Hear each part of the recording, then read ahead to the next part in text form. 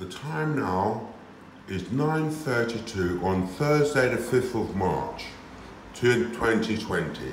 I'm in the upstairs communal bathroom. This is the hallway, that's patient A, that's patient B, Jeff. They seem to be sleeping or whatever. I'm going into the bathroom and you'll see the filthy state. It stinks of feces and urine in here. It stinks. Every morning this is what I do. This is what I have to do. Now, look on the floor. This was cleaned yesterday. I went early this morning, this one here. There's fecal matter on the floor. I'll zoom it in. How I got there, I don't know, look at the state of the toilet.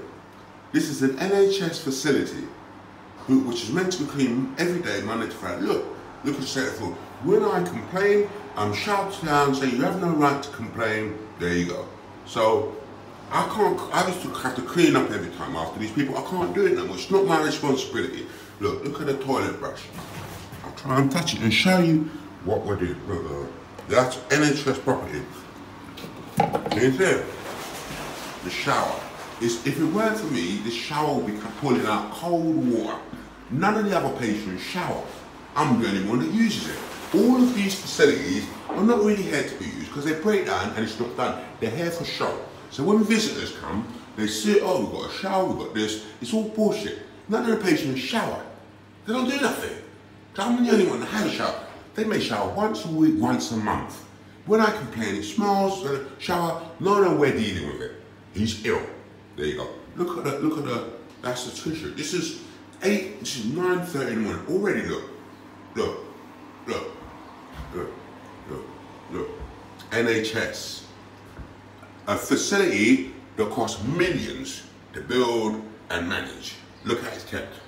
But yet they've got no money to fix it with this stuff, but they can go out and spend £100 taking everyone to go and eat at a restaurant, paying stupid money on a therapist. There was a dance therapy, 2 dance therapists. For the first year and a half I was here, they would come every Wednesday and sit in the downstairs lounge for a whole hour. No one would attend the group, but every Wednesday they would come. They were coming, one of them was coming to try and entice me into a sexual relationship. It got to the point that I was not allowed to go out to access the garden for that hour because they're having a group. When it first happened, I went to go and put my clothes, my washing, it's just been washed, I was going to put it outside. This is when I used to put my washing outside to dry. And I went to open the door. I said, no, David, you're not allowed, they're having a group. I looked around and said, there's no one here, I just want to put my washing out. There's no one there, it's just them two sitting there, supposedly doing dance therapy.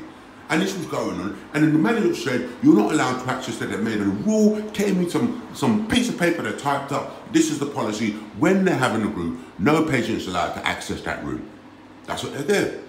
So, the government are spending hundreds and hundreds of millions, if not a billion, on just mental health alone. Your money is being extorted. Check this. The cashier's department is randomly stealing small amounts of money from every patient's account that's registered them.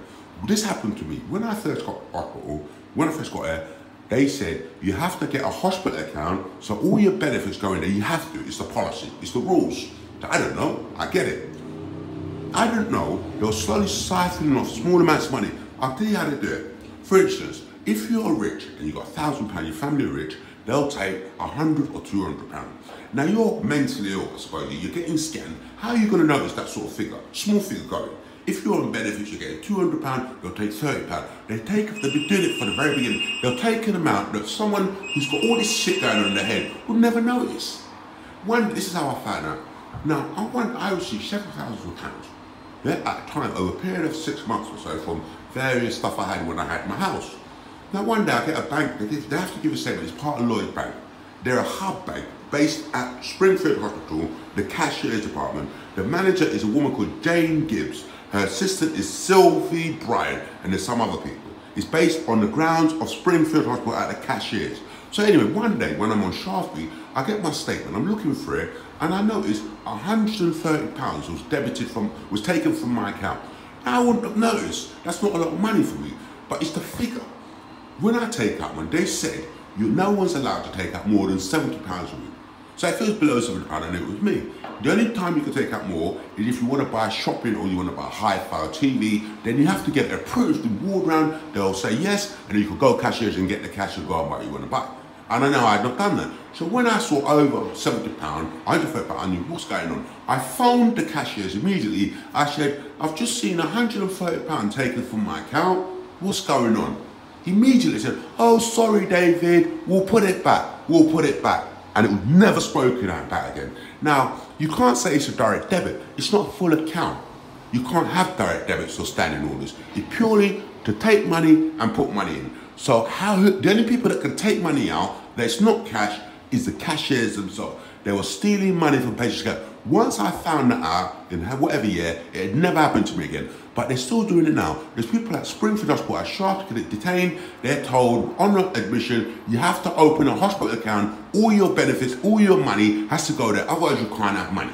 They have no choice. They're putting all their money in there. If they've got thousands, the cashiers will take hundreds every week or every month. If they've got hundreds, they'll take tens every week, every month. When you think about it, if over just 100 patients, if you're taking just £100, no, if you're taking over 100 patients, say you're taking £400 a week for say 100 or 200 patients, £400 a week times 52, that's a lot of money. And that's disappearing. Sylvie's the one that goes into your account, takes the money and puts it into another account. Check Lloyd Bank, check my account, Lloyd Bank, the one I had, check anyone's account. You'll see money siphoned off, and it's not cash trading, it's taken out as some form of transaction into another sort code and account number. Check cashiers, check with Lloyd Bank. I know Lloyd Bank are aware, check with them. They're stealing money from patients. But that's how it's easy, because you get admitted, you've already got loads of scans in your head, you're disorientated, you're anxious, you're scared, you're on medication, slowing down your thinking, slowing down all your processes. So if you get your statement, which no one looks at, who really looks at the statement in the hospital, they're taking money from your account, you'll never notice. You'll never notice. And if you ever notice, let's say, oh no, that was you. That was you. We saw you came and you took it out. Check it out. Speak to you soon.